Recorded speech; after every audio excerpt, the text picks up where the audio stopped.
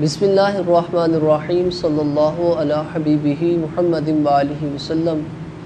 جیسا کہ آپ کو معلوم ہے کہ ہمارا حج پر بیان جاری ہے، اس سلسلہ میں ہم ابتدائیہ گفتگو کر رہے ہیں اور اس میں ہم نے کچھ سوالات کو شامل کیا تھا، جس میں شاعر اللہ اور حضرت ابراہیم علیہ السلام کو جو مرکزی حیثیت حاصل ہے اس کے اسباب، ان موضوعات کو ہم نے شامل کیا۔ اور آج اسی کی ایک کڑی ہم شامل کر رہے ہیں، وہ یہ ہے کہ حج سے فحاشی، عریانی اور باطل رسموں کا خاتمہ کیسے ہوا۔ دور جاہلیت میں جب عرب کے لوگ خانہ کعبہ کا طواف کرتے تھے تو وہ ننگے جسم طواف کرتے تھے، سیٹیاں بجاتے تھے اور تالیاں بجاتے تھے، اور وہ اس عمل کو عبادت تصور کرتے تھے۔ اللہ تعالیٰ نے قرآن پاک میں اس ناپسندیدہ فعل کو یوں بیان فرمایا،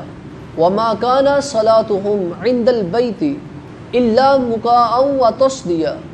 اور بیت اللہ کے نزدیک ان کی نامحاد نماز سیٹیاں اور تالیاں بجانے کے سوا کچھ بھی نہیں ہے۔ اسلام دین فطرت ہے، اس لیے کہ انسانوں کو تمام ناروا رسموں سے اور بے جا پابندیوں سے چھٹکارا دلایا جائے۔ اس سلسلہ میں حضور رحمت کائنات صلی اللہ تعالیٰ علیہ وآلہ وسلم نے ارشاد فرمایا، کل شیء من امر الجاہلیۃ تحت قدمی، کہ زمانہ جاہلیہ کی تمام رسوم میرے قدموں کے نیچے رون دی گئی ہیں۔ تاریخی تناظر میں اگر حج کا جائزہ لیا جائے تو آج جو شکل ہمیں حج کی نظر آتی ہے، یہی شکل حج کی ارتقائی شکل ہے، جو فتح مکہ کے 1 سال بعد 9 ہجری میں حضرت سیدنا صدیق اکبر رضی اللہ تعالیٰ عنہ کی سربراہی اور قیادت میں ادا کیا گیا۔ آپ کو یاد رہے کہ فتح مکہ یہ 8 ہجری میں ہوئی، اور 8 ہجری میں حج یہ قدیم طریقے پر ادا ہوا تھا، جو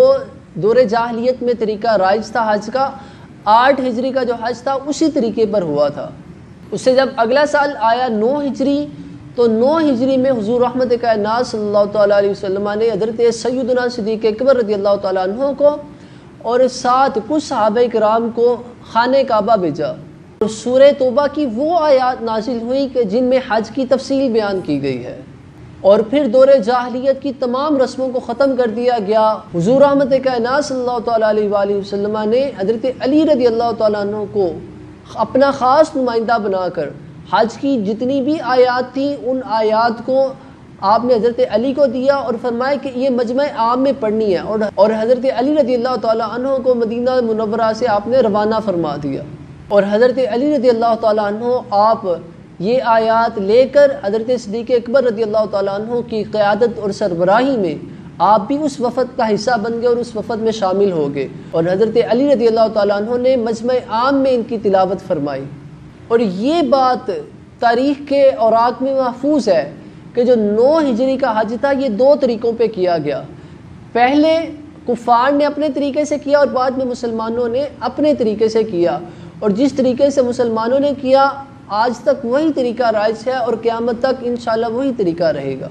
تاہم اس تاریخی حج کے موقع پر ارشاد نبوی صلی اللہ تعالیٰ علیہ وآلہ وسلم کا اعلان کر دیا گیا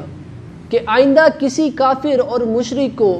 حج کے لیے حرم کعبہ میں داخل ہونے کی ہرگز اجازت نہیں ہے، اور آئندہ حج سے پہلے ہی سرزمین کعبہ کو ہمیشہ کے لیے کفار اور مشرکوں کے وجود سے پاک کر دیا گیا۔